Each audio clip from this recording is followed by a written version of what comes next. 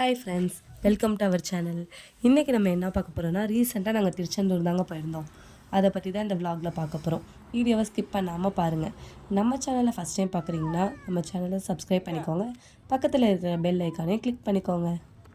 நாங்கள் திடீர்னு திருச்செந்தூர் கிளம்புனதால் பஸ் எதுவுமே புக் பண்ண முடியலங்க. சரி ஓகேன்ட்டு ஒசூர்லேருந்து நேராக திருநெல்வேலிக்கு பஸ் ஏறிட்டோங்க. எங்களுக்கு என்னவோ கரெக்டாக ஸ்லீப்பர் கோச்சாக அமைஞ்சிருச்சுங்க.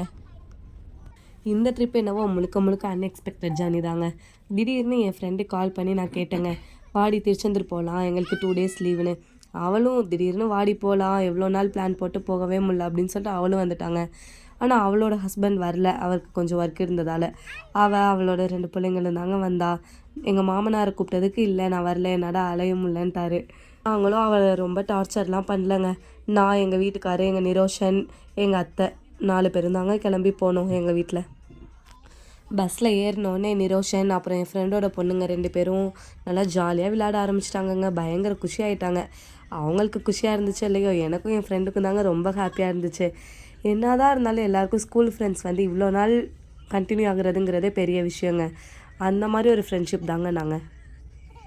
என் ஃப்ரெண்டோட பொண்ணு வந்து பார்த்தா, நான் வந்து இங்கே தான் எங்கள் கூட தான் தூங்குவேன் அப்படின்னு சொல்லிட்டாங்க. சரி ஓகே, நாங்களும் கூப்பிட்டு வந்து எங்கள் பக்கத்தில் படுக்க வச்சிட்டோம்.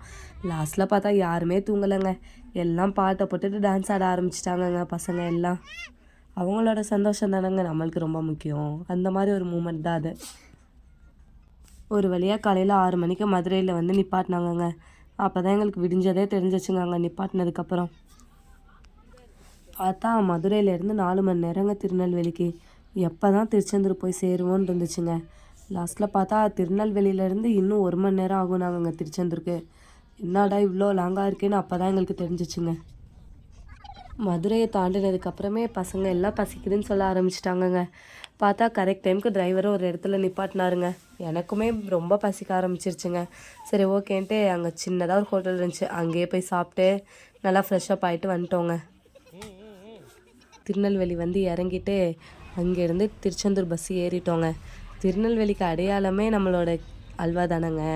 மெயினாக அந்த பஸ் ஸ்டாண்ட்லேயே நாங்கள் வாங்கிட்டோங்க. ஏன்னா என் ஹஸ்பண்ட் அப்பயே சொல்லிட்டாரு, திருப்பி நம்ம திருநெல்வேலி வரமாட்டோம், நீ வந்து அல்வா வாங்குறேன்னா இங்கே வாங்கிக்கோ அப்படின்ட்டாருங்க.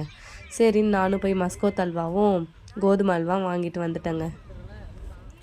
அங்கே அல்வா டேஸ்ட் பார்க்குற தரன்ட்டு கொதிக்க எங்கள் அத்தை கையில் கொடுத்துட்டாங்கங்க. பார்த்தா அவங்க அத்தைக்கு மொட்டை போட வந்துட்டோங்க.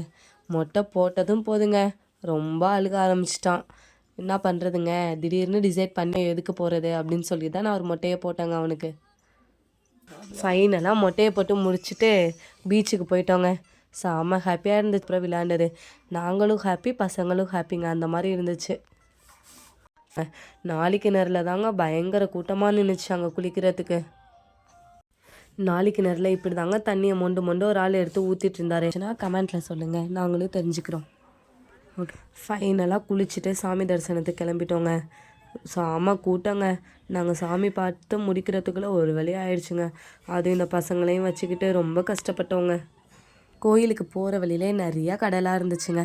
இந்த பசங்களும் அந்த கடையெல்லாம் பார்த்துட்டு அது வேணும் இது வேணும்னு சொல்லி கேட்டுகிட்டே இருந்தாங்க.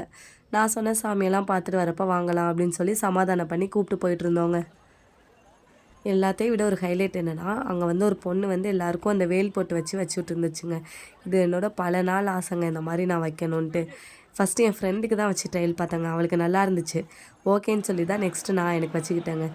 அது வச்சதுக்கப்புறமே 2 பேரோட ஃபேஸும் ரொம்ப பிரைட் ஆகிடுச்சுங்க. அந்தளவுக்கு சூப்பராக இருந்துச்சுங்க அந்த பொட்டு. ஃபைனலாக பொட்டெல்லாம் வச்சுட்டு பக்தி மயமாக சாமி பார்க்க கிளம்பிட்டோங்க. எவ்வளோ க்யூ பாருங்கங்க. கிட்டத்தட்ட 4.5 hours ஆயிடுச்சுங்க அந்த சாமியை பார்த்து முடிக்கிறதுக்குள்ளே. நாங்கள் ஈவினிங் 6 o'clock உள்ளே போனோங்க. எப்படியும் வெளில வரதுக்கு ஒரு 10:30 ஆயிடுச்சுங்க. சாமியெல்லாம் பார்த்து முடிச்சுட்டு கோயிலுக்குள்ளே உட்காரும்போதே ஒரு நிம்மதியாக இருந்துச்சுங்க. எல்லாத்தையும் விட ஒரு ப்ளஸ் பாயிண்ட் என்னென்னா, போகிற வழியிலே நிறையா மயிலெலாம் பார்த்தோங்க. அது வந்து நம்மளுக்குள்ளேயே ஒரு பாசிட்டிவ் வைப்பை நல்லா கொண்டு வந்துச்சு. லைனில் இவ்வளோ நேரம் நின்று போயிட்டு சாமியை எப்படி பார்க்க போகிறோமோ அப்படின்னு நினச்சோங்க. டக்குன்னு தள்ளி விட்டுறாங்க எல்லாருமே சீக்கிரம். ஃபைனலாக பார்த்தா நாங்கள் சாமியை நல்லா பார்த்தோங்க. சூப்பராக பார்த்தோங்க சாமியை பார்த்துட்டு வர வழியிலையே ஒரு பன்னீர் இலையில் வச்சு துண்ணூறு எல்லாமே விற்கிறாங்கங்க. நாங்கள் அதையும் வாங்கிட்டு தாங்க வந்தோம் வீட்டுக்கு. ஃபைனலாக வந்து பீச்சில் உட்காந்தவங்க 10:30க்கு மேலே. எவ்வளோ சூப்பராக இருக்குது பாருங்கங்க.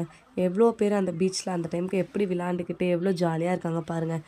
ஒரு பீஸ்ஃபுல்லாக இருந்துச்சுங்க மைண்டுக்குமே. சரின்ட்டு பீச்லேயே ரொம்ப நேரம் இருக்க முடியாது அப்படின்னு சொல்லிட்டு பசங்களுக்கெல்லாம் கோல்ட் ஆகிடும் அப்படிங்கிற ஒரே ரீசனுக்காகவே சீக்கிரமே ரூமுக்கு போயிட்டோங்க. போயிட்டு நல்லா படுத்து தூங்கிட்டு மறுநாள் காலையில் மதுரை மீனாட்சி அம்மன் கோயிலுக்கு போனோங்க. அந்த விலாக் நான் நெக்ஸ்ட் வீடியோவில் போடுறேன்.